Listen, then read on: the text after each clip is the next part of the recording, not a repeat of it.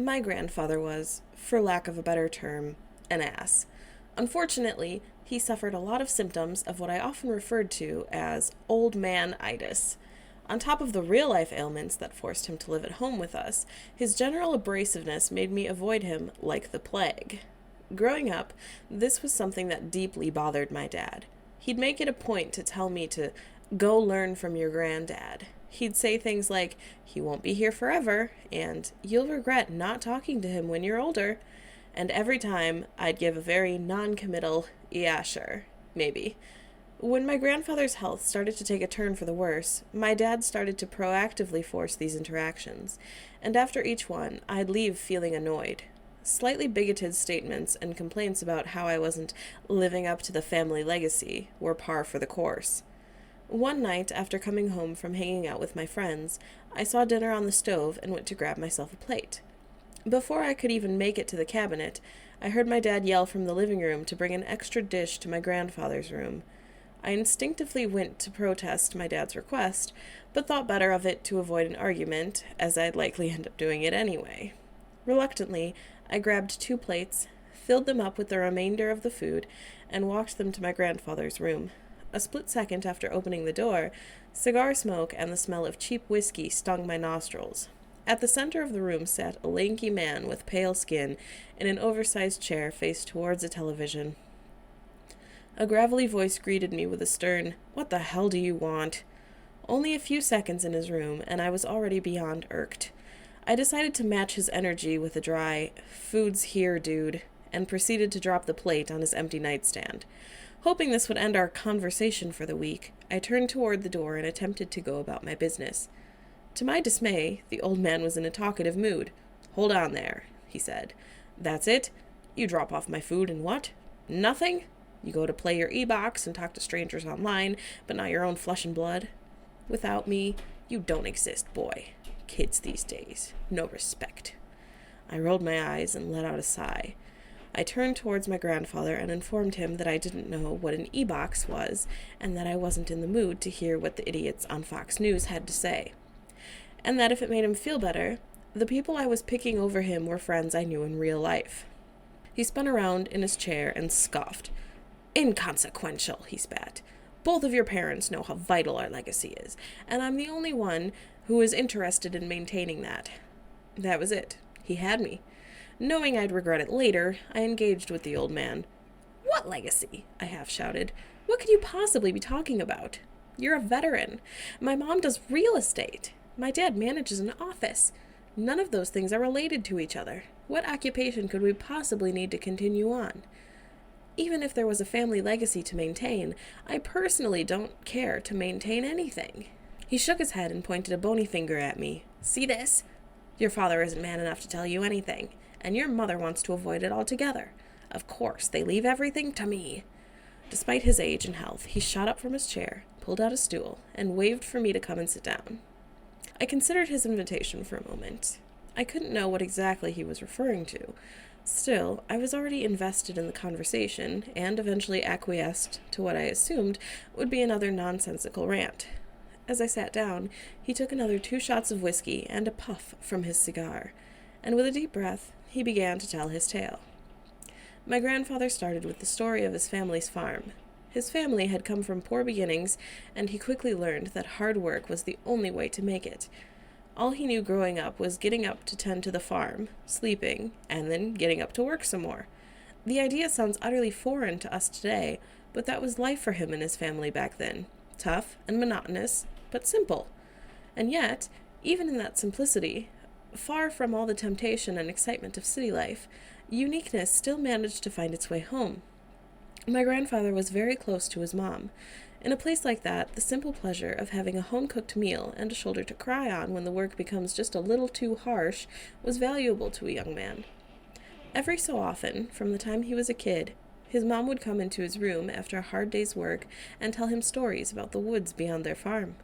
She'd tell my grandfather about the beings that dwelled there, thin women that towered over people and stole their children, strange beings that mimicked people and animals, giant insects with intelligence beyond our own that feed on our fear.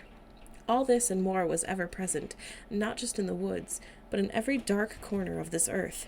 But even though these beings have roamed our world since before our species carved rocks into tools, he wasn't ever to worry about them. At the end of every story about a ghoul, animal, or evil person, there was one consistent message. He was always protected. He was special. "The crows are always watching you," she'd say. "They watch all of us with curious eyes. But you're rare. The crows do more than watch you, son. They love you. They know that you have a purpose in all of this. They will always protect what they love." When she'd finished telling her tales, he'd always hear that familiar caw, caw just outside his window. When he'd ask what his purpose was exactly, she'd just smile and point outside. "You'll see them in the trees, and they'll always guide you to where you're supposed to be," he remembered her saying. He became lost in thought for a moment. He muttered the phrase to himself repeatedly before snapping back and continuing on. One night, his father caught his mother telling him these stories, and he became violently angry. He rushed into the room, grabbed his mother by the arm, and whipped her towards him.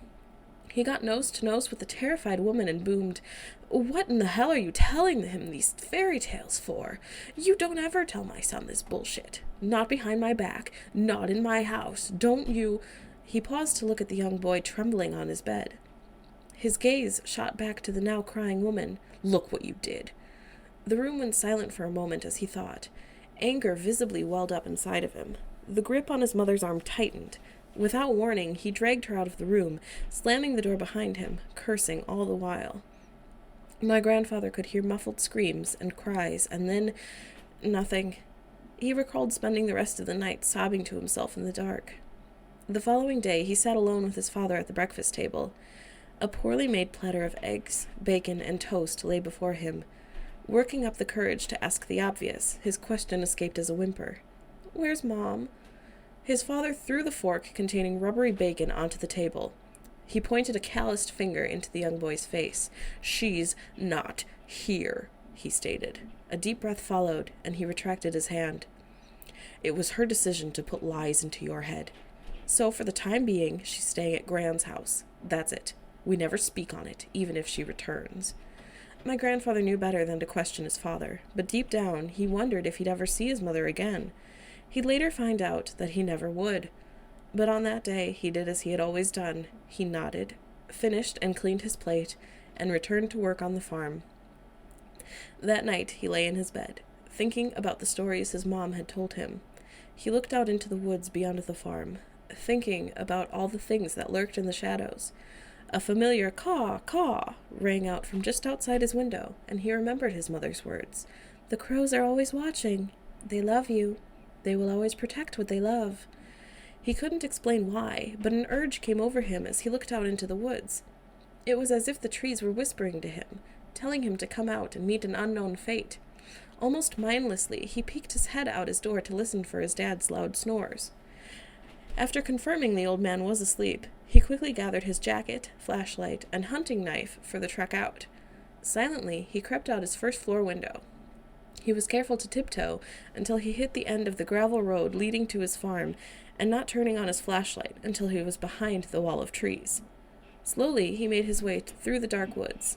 He was unsure where he was headed or why he was heading there. His only guide was the dim flashlight and the faint caws he'd hear in the distance. He remembered walking in those woods for what felt like hours.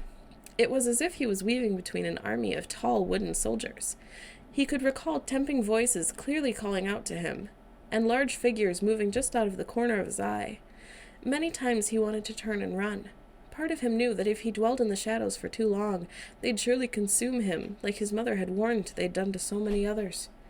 But every time that feeling rose to a fever pitch, a soothing flap of wings, or caw, caw, would remind him that he was protected for as long as the crows saw fit. And so he continued on, bravely walking into the dark until he hit a clearing.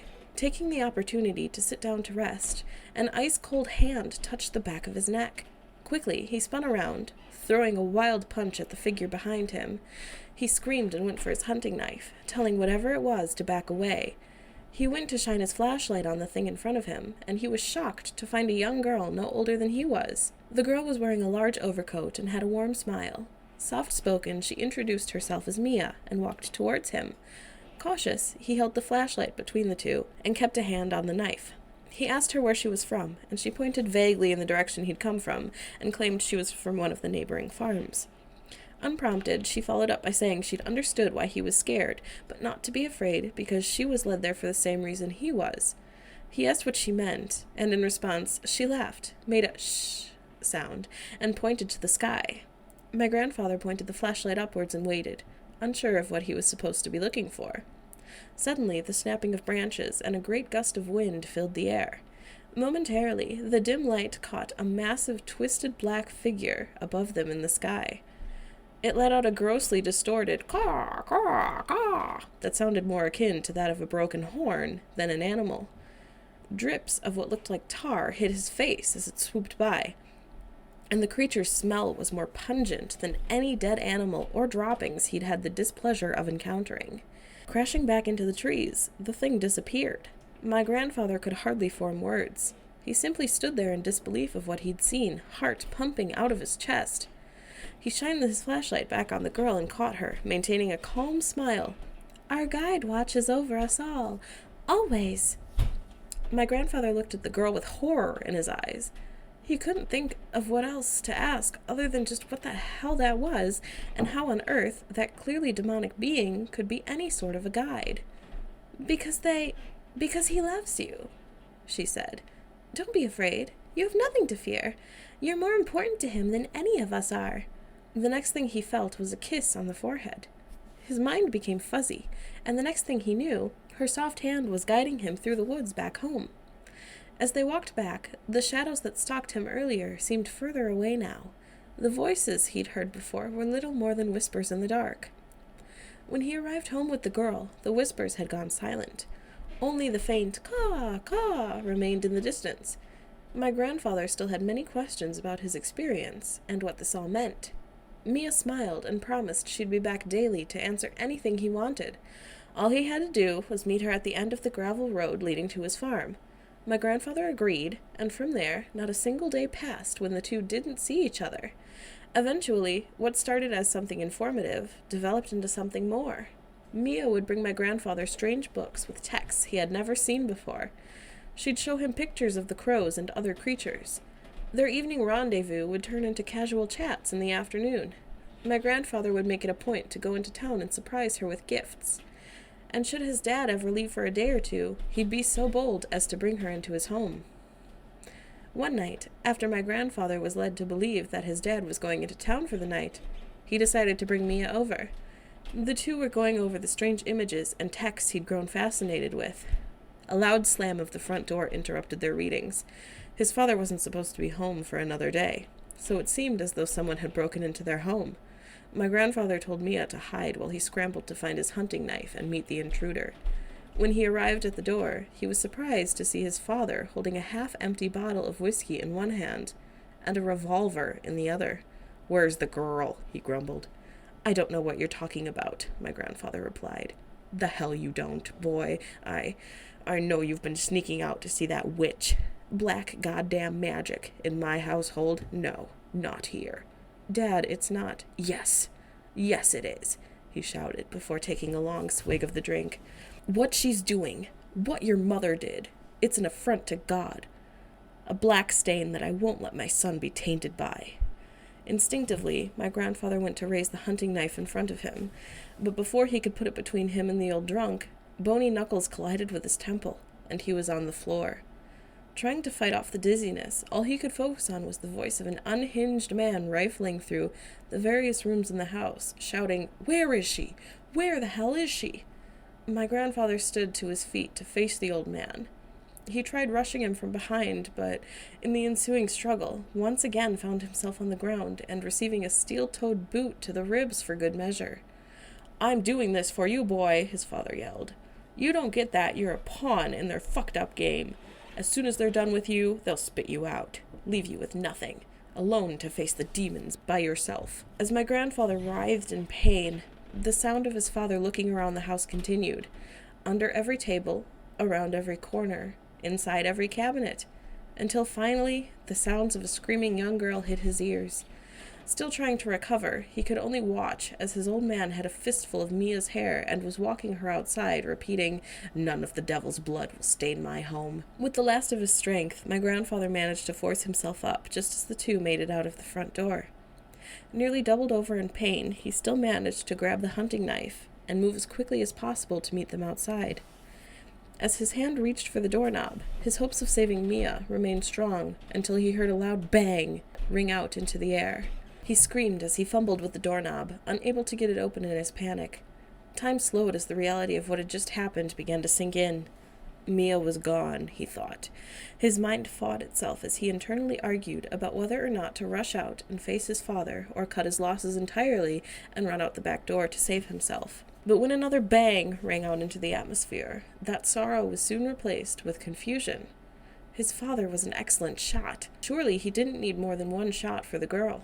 When the third and fourth bang, bang pierced the silent night, followed by a man's scream, a pit grew in my grandfather's stomach. He knew something was deeply wrong. Taking a deep breath, he finally managed to unlock the front door. To his horror, the scene before him was unlike anything he could ever hope to comprehend. Standing in between Mia and his dad was a man-sized, crow-like creature. The familiar pungent odor wafted through the air. The thing stood on two backward-facing humanoid legs. Long, pale arms with crooked fingers hung loosely at its side. Its scissored black beak extended far past its body, and what looked like large molars were growing out of the sides. Most striking were those goddamn eyes. Massive balls of white, with veiny strings of red, led to a pulsating pupil.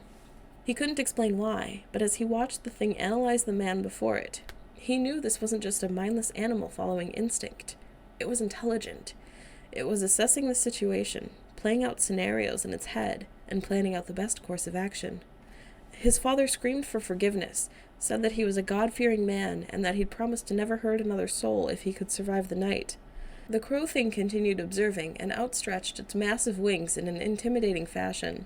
It took a moment, and then hacked up black fluid onto the ground in front of it. And to my grandfather's shock, a twisted voice emerged. "There is no God. There is no devil. There is only truth," it stated. "The crows know this. You, however, hide truth for comfort. The creature stopped for a second to hack up another round of black fluid. "Sickens us. You know who we are. You know our word will be spread. The truth will be ever present. Your kind will no longer be blind to it."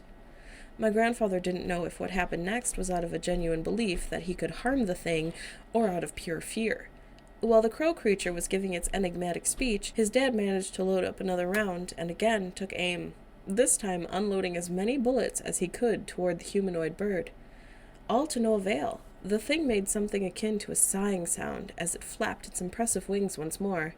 It let out the broken caw, caw, caw, and rushed forward on those disgusting legs with inhuman speed. In an instant, its beak unhinged like a snake and swallowed the foolish man whole. The last thing my grandfather saw of his dad was his legs disappearing into the thing's maw, an image that would be burned into his mind for the rest of his life. And just as soon as it had come, it was gone. Nothing but a permanent black stain was left behind. He called out to Mia, not only to ask if she was okay, but for some kind of reasoning for what took place. What was that thing? How did it know to come to find her? Where did it go? To his relief, she was okay, scared but unharmed just behind where the creature had stood. "The crows will always protect those they love," she reminded him. In the coming weeks, the two would sell off much of the farm and many of the valuable family items my grandfather had admittedly had difficulty parting with. They'd keep the farmhouse, but the livestock and property around it went towards making the home as comfortable as possible for Mia and their newborn child, while my grandfather went off to join the Navy. He'd send back what he could, and they'd make it work until he retired.